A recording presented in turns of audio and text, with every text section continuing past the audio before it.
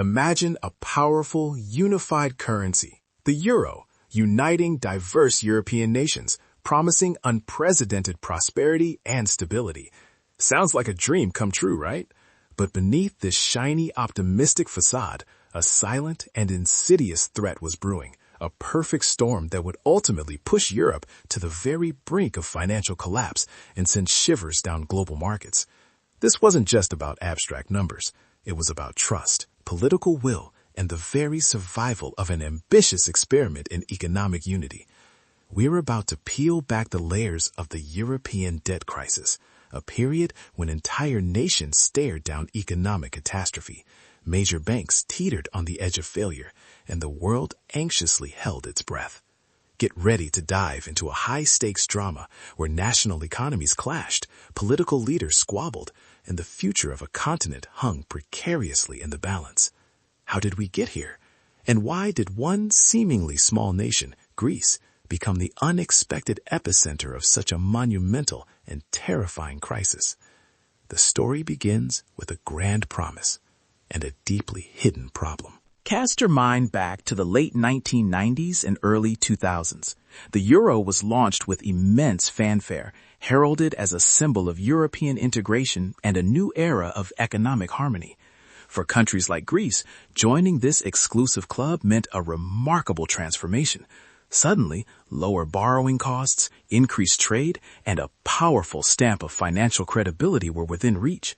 Money became cheap and seemingly abundant, fueling a national spending spree that felt limitless.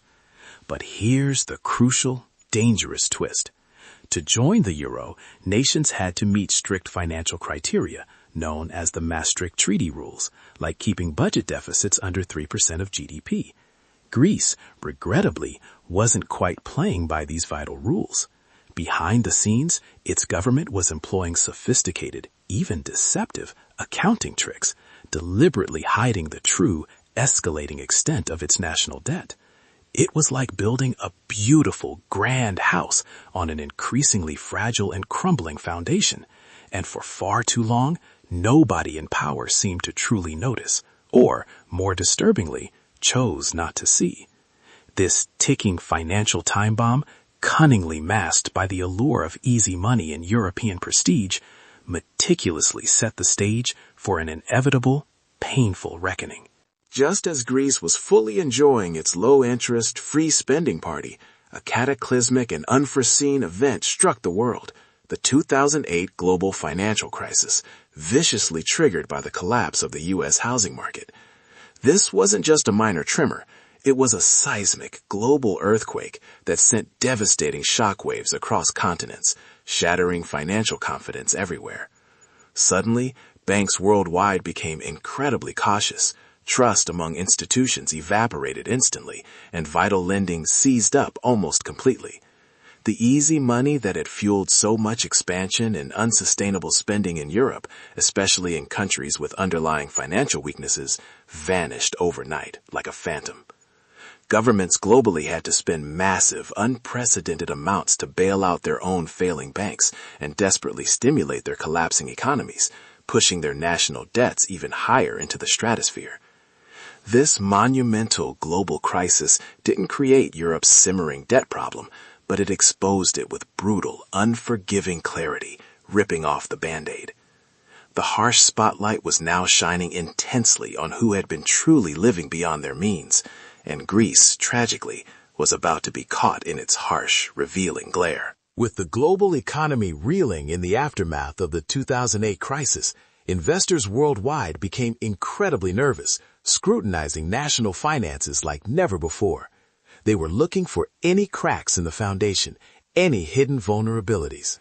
And what they meticulously uncovered in Greece was utterly terrifying. In late 2009, the newly elected Greek government bravely, or perhaps desperately, revealed the shocking, undeniable truth. Years of sophisticated, deliberate, creative accounting had hidden a colossal national debt, far, far larger than anyone had ever imagined. The official budget deficit wasn't the reported 3%. It was closer to a staggering, unsustainable 15% of GDP. This wasn't just a minor miscalculation. It was a financial bombshell that rocked confidence to its core. Trust in Greece's finances plummeted instantaneously. Lenders, utterly spooked by this revelation, immediately demanded much higher, crippling interest rates to lend any more money, making Greece's already dire debt problem spiral catastrophically out of control. It became a vicious, inescapable cycle. More debt, higher interest rates, even more debt.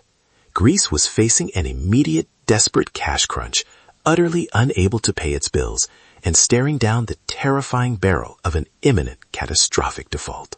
You might be wondering, how could a relatively modest economy like Greece possibly threaten the entire Eurozone, home to economic powerhouses like Germany and France? The answer lies in a powerful, destructive force, fear, or what economists chillingly call contagion. If Greece defaulted on its debts, meaning it simply stopped paying its creditors, it would send a terrifying, destabilizing message to investors across the globe. Who's next to fail? This profound, systemic fear could then spread like an uncontrollable wildfire to other vulnerable Eurozone countries, often controversially dubbed the Pigs: Portugal, Ireland, Italy, Greece, and Spain, making it virtually impossible for them to borrow money at reasonable rates. The very fabric of the euro, a currency built on trust, shared economic fate, and mutual responsibility, would begin to visibly, irrevocably unravel. It wasn't just about saving Greece from itself. It was about desperately maintaining the fundamental credibility and stability of the entire single currency union. The stakes were impossibly high. If just one domino fell, many more could tragically follow, threatening the global economy itself with a cascading, devastating collapse. This was the terrifying reality that European leaders faced. So who exactly was owed all this colossal money by Greece and other struggling European nations teetering on the brink? The answer reveals a critical vulnerability: a significant number of major European banks, particularly those in economic giants like Germany and France. These powerful financial institutions had enthusiastically lent billions upon billions to various governments, confidently assuming they were safe, sovereign bets, especially within the seemingly robust Eurozone. Now, with Greece poised on the precipice of a devastating default, these very banks faced unimaginable, massive potential losses. If Greece defaulted, these interconnected banks would absorb a colossal financial hit, potentially triggering a wider, catastrophic banking crisis across the whole of Europe, eerily reminiscent of what had shaken the U.S. in 2008. The nightmare scenario was chillingly clear: a swift, destructive cascade of bank failures, freezing crucial credit markets, and plunging the entire continent into a deep, prolonged recession. Suddenly, the complex act of bailing out Greece wasn't just about saving Greece. It was about desperately saving the European banking system itself from an impending, devastating collapse. It became a frantic, high-stakes race against time to shore up these vital financial institutions and prevent a systemic meltdown. As the crisis deepened its relentless grip, a fierce, often bitter debate erupted across Europe. How exactly could Greece be saved and the devastating contagion be prevented? On one side stood economic powerhouses like Germany, the Eurozone's largest and most influential economy, effectively its primary paymaster, which insisted on incredibly strict austerity measures. Their argument was clear, if harsh. Greece had demonstrably overspent for years, so it desperately needed to drastically cut government spending, aggressively raise taxes, and privatize state assets to finally get its financial house in order. No pain, no gain. That was the German mantra. On the other side, Greece and many economists vehemently argued that such severe, immediate austerity would only further cripple an already struggling economy, making it utterly impossible to grow its way out of overwhelming debt. This wasn't merely an economic debate, it was a profoundly political and moral one, pitting the virtues of fiscal discipline against the urgent needs of social welfare. German taxpayers, understandably, were deeply reluctant to foot the bill for what they perceived as another nation's irresponsibility, creating immense, divisive political tension and widespread resentment across the continent. With Greece visibly teetering on the very brink of financial collapse and the terrifying prospect of the entire Eurozone unraveling looming large, the international community was forced to reluctantly step in. This led to a series of massive, unprecedented bailout packages totaling hundreds of billions of euros. But this desperately needed aid came with incredibly tough, non-negotiable strings attached. The money was provided by a powerful, often feared trio known as the Troika, the influential European Commission, the mighty European Central Bank, and the formidable International Monetary Fund, IMF. They dictated harsh, unyielding conditions. Greece had to implement deep, painful cuts to public services, pensions, and wages, aggressively raise taxes, and undertake sweeping, often unpopular structural reforms. It was a brutal, bitter prescription, promising long-term stability, but demanding immediate, excruciating sacrifices from an already suffering population. The Greek people found themselves agonizingly caught between a rock and a hard place, facing unprecedented economic hardship and a loss of sovereignty, directly imposed from outside their borders, leading to widespread anger and desperation. The relentless austerity measures imposed by the powerful Troika unleashed a torrent of profound anger, despair, and widespread suffering across Greece. Imagine your government dramatically slashing your pension, aggressively raising your taxes, and cruelly cutting thousands of jobs in the public sector, all while your economy relentlessly shrinks and unemployment skyrockets to unimaginable levels. That was the grim, harsh reality for millions of ordinary Greeks. Mass protests erupted frequently, often turning violent, with citizens furiously railing against their own beleaguered government and the perceived foreign powers dictating their economic fate. The unemployment rate soared to terrifying heights, especially among the young, leading to a truly lost generation with little hope. Hospitals struggled desperately, schools deteriorated rapidly, and poverty became tragically widespread. This wasn't just a complex economic crisis. It was a profound social and humanitarian catastrophe, savagely tearing at the very fabric of Greek society and sparking terrifying fears of similar unrest spreading virulently to other vulnerable nations across Europe. The human cost was immense and heart-wrenching. As the crisis relentlessly dragged on, the ultimate terrifying question loomed large over Europe. Could the euro, the single currency, actually survive? This ambitious currency, once enthusiastically hailed as a triumph of European integration and unity, now chillingly looked like a potential straitjacket, tragically trapping weaker economies in an unbreakable system without their own crucial monetary policy tools. Talk of Greece exiting the euro, a terrifying scenario dubbed Grexit, became a very real and immediate possibility, sending shivers of panic through already fragile financial markets. If Greece were to leave, what would truly stop other struggling nations like Italy, Spain, or Portugal from tragically following suit? The overwhelming fear was that the entire Eurozone would unravel completely, tearing apart decades of painstaking European cooperation and potentially plunging the continent into unprecedented economic and political chaos.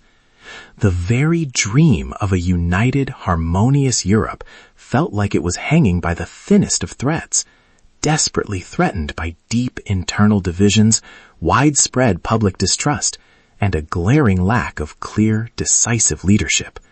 The stakes could not have been higher for the future of the continent. Just when things looked their most dire, when the future of the euro seemed bleakest, a pivotal figure emerged. In July 2012, Mario Draghi, the then president of the powerful European Central Bank, ECB, delivered a speech that would instantly become legendary and forever etched in financial history. In a moment of incredibly high drama and immense pressure, he boldly declared, "Within our mandate, The ECB is ready to do whatever it takes to preserve the euro, and believe me, it will be enough. These 11 electrifying words were an absolute game changer. It powerfully signaled that the ECB, armed with its immense financial firepower and authority, would unequivocally back the euro and its struggling member nations, effectively putting an unbreakable floor under government bonds and quashing speculative attacks.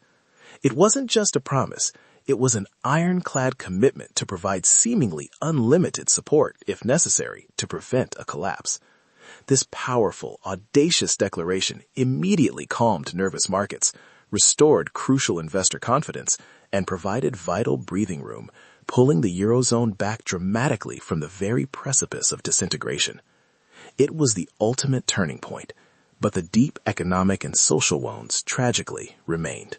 The tumultuous European debt crisis eventually receded from the headlines, but its profound scars and painful lessons remain deeply etched into the continent's psyche.